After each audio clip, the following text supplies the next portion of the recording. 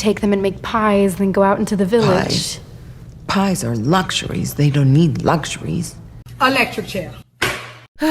Let's talk about this movie. Hey guys, it's your girl Devorah. Welcome back to my channel. And guys, just get into this video, please.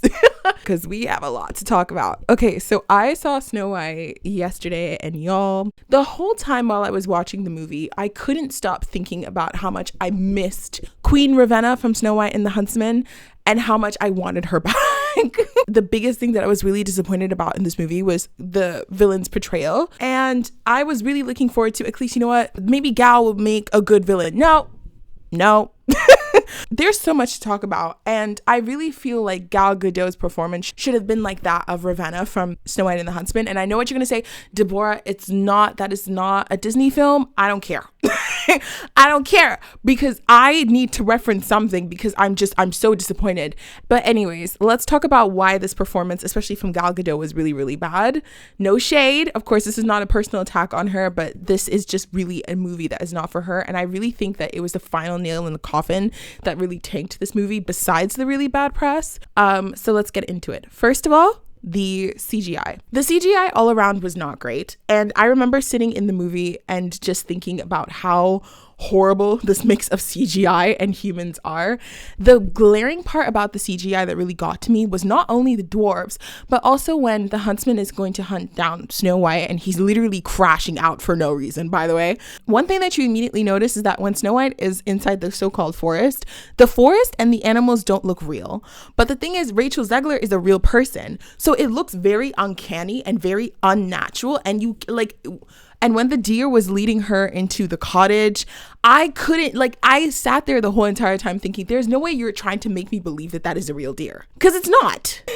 And it's been this really weird thing that Disney has been doing, where it's just been trying to toy with like realism and animation. Similar sort of look from Mufasa, like they'll use real looking lions and the lions would be speaking, and it just feels and looks very unnatural. The dwarves CGI was abysmal. Okay, let's be so real. The internet has been talking about that nonstop. But I also think some parts where the CGI really lacked was with Gal Gadot's character. I mean, the evil witch is supposed to be very animated and there's supposed to be a lot going on.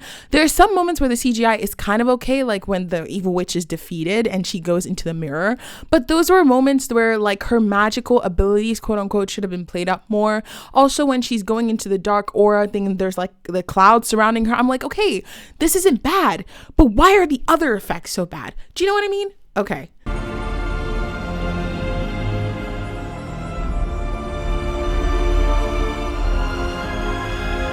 Number 2, the acting. I'm gonna play you a clip of Gal Gadot's acting, and then I'm gonna play you a clip of Snow White and the Huntsman with Charlize Theron, who knows how to be a real villain, so you can get what I mean. You know, I really don't remember you being this opinionated. Take them and make pies, then go out into the village. Pies? Pies are luxuries. They don't need luxuries. Such courage. Such beauty. But how strong is your heart? What I am going to say is that there's certain movies that are just not meant for certain actors, and I don't think that Gal has the range for a villainhood. I think she's great for hero movies. I think she's great for Wonder Woman. I don't think she's great in playing a villain, because it takes a certain sort of evil or a certain sort of removal from yourself to be able to go into the depths of a villain role. And Gal Gadot in this specific film doesn't have that. A lot of the times it felt kind of goofy, I won't lie. It felt very much like when she spoke, I felt like I was on the verge of laughing. That's not a good thing. Versus Charlize Theron's performance as Ravenna is so good, and it's so haunting. Until this day, I remember her. Like, Kristen Stewart wasn't great in it either, but because Charlize as a villain was really good, I still remember that movie franchise. Another thing that really tanked this was the costuming. So in the original Snow White from the 1930s, the evil witch has like a specific sort of head cover, and then she puts her crown on, right? And in the animated film, it makes sense. The problem is that in this Disney movie, the costuming kind of looks really goofy, and I don't know what other way I could possibly say it. It looks bad, because when Gal Gadot's face is in that same headpiece, it doesn't really suit her, and it feels like she's almost being choked or chafed, versus Ravenna, who wears like a similar outlook, rather than using the sort of head cover, uses chains, and that to me is more menacing. Also, what really baffles me about this is that this movie is supposed to be placed somewhere within a medieval time frame, and the costumes do not look like they belong in that time frame. There's a scene in which the evil queen is being confronted by Snow White, and you can see a glimpse of her cape. Her cape looks printed. It doesn't look textured. Versus in Snow White and the Huntsman, her outfits, like Queen Ravenna's outfits, her outfits look very textured. You can feel the texture while watching the movie. This is a Party City outfit. This is a cape. It's a really badly printed cape. Same thing also goes for Rachel Zegler's outfits. I understand that that is how Snow White looks, but for some reason it looks really cheap and it looks really badly done. I'm surprised that they didn't give her a better looking dress. It all looks like they are cosplaying in costumes the story of Snow White. Not that she is Snow White. It feels like she's cosplaying the evil queen, but she's not actually the evil queen. The acting was bad.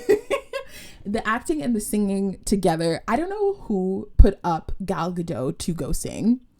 Whoever did that is her biggest op and enemy in this world. Whoever told you that you should sing for this film is your op.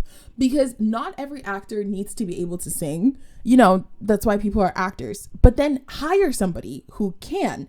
Her song came on, I wanted to step out of my seat and leave. I grimaced through that song. A lot of the songs to me personally are even lackluster on their own. But when she started singing, I was like, Queen, close it up. See, this acting right here is one of the biggest problems I had with this film, is that nothing is believable. I don't believe that Gal Gadot is the evil queen in this movie. Okay, I am not convinced that she is evil. I am not convinced. And also sometimes with Rachel Zegler's performance, while I do think her performance was better, I just don't believe any of these characters exist in the world of Disney. It feels like a weird cosplay that we used to see in the early 2000s on YouTube, where they would like parody Twilight and shit. Like, that's what it feels like. Nothing feels believable in this film, and it just takes you out of the whole entire experience. That's missing here, but I just wanted to come on here and give you guys my quick review. You guys let me know down in the comments how you guys are feeling. Thank you guys so much for watching this video, and I'll see you guys in the next one. Okay, bye.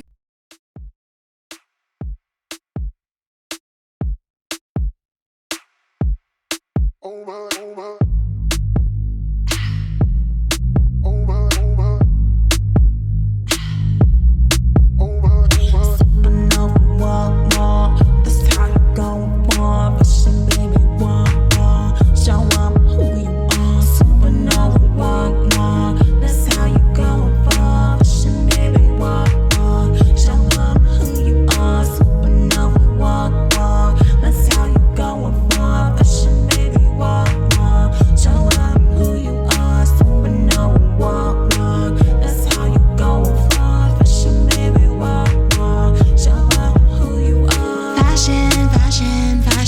Fashion, baby, it's incredible.